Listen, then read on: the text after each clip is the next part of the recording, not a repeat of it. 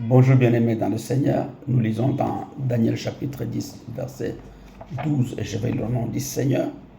Il me dit, Daniel, ne crains rien, car dès le premier jour où tu as eu à cœur de comprendre et de t'humilier devant ton Dieu, tes paroles ont été entendues et c'est à cause de tes paroles que je viens. Et dans Psaume chapitre 27, verset 1, il dit, oui, l'Éternel est ma lumière et mon sauveur. De qui aurais-je crainte? L'Éternel protège ma vie. De qui aurais-je peur? Et nous avons intitulé le message d'aujourd'hui, bien-aimé, n'ayons pas peur. Qui peut dire que toute sa vie, il n'a jamais ressenti une de ces peurs qui nous assaillent, nous réveillent, nous paralysent, bien-aimés dans le Seigneur? La peur est un sentiment universel. Et la Bible nous dit qu'il y a en particulier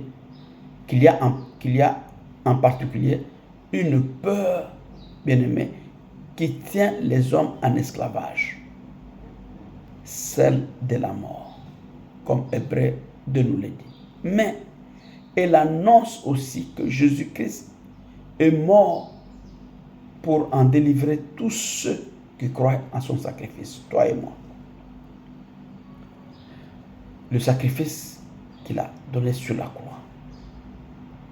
Cela ne signifie pas que le chrétien bien-aimé plaisante ou ne ressent rien devant la mort. Mais il ne vit sous l'emprise de la terreur qu'elle inspire. Il ne peut pas vivre sous cette terreur-là. Christ a vaincu la mort. Elle est donc maintenant un ennemi vaincu. Bien-aimé dans le Seigneur. Le prophète Daniel était un croyant qui vivait vraiment avec Dieu. Pourtant, arrivé à un âge avancé, bien-aimé dans le Seigneur, et ça c'est très important, il éprouve de frayeur devant des visions sur la fin du temps qui le dépassent totalement, bien-aimé dans le Seigneur, qui le font tomber par terre. Il dit, mes pensées me troublent beaucoup. Et ma couleur fait changer. Aucune force ne subsiste en moi. Et il ne reste plus en moi de souffle, comme il est dit dans Daniel 7.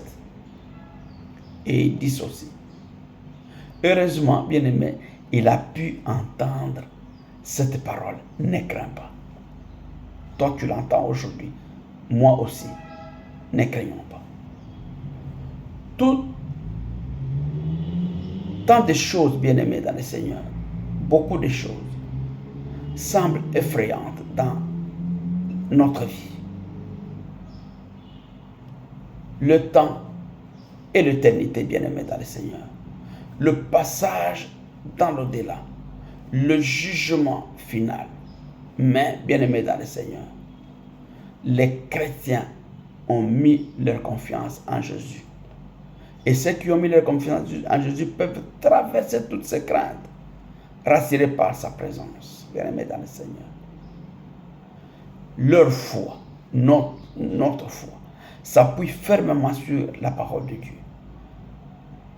Et que ce Dieu-là, ce Dieu d'espérance, vous remplisse de toute joie en ces jours de dimanche, de toute joie et paix en croyant, pour que vous abondiez, bien-aimés, en espérance par la puissance de l'Esprit Saint, comme Philippiens 15 nous le dit. Bon dimanche à chacun, que le Seigneur vous bénisse.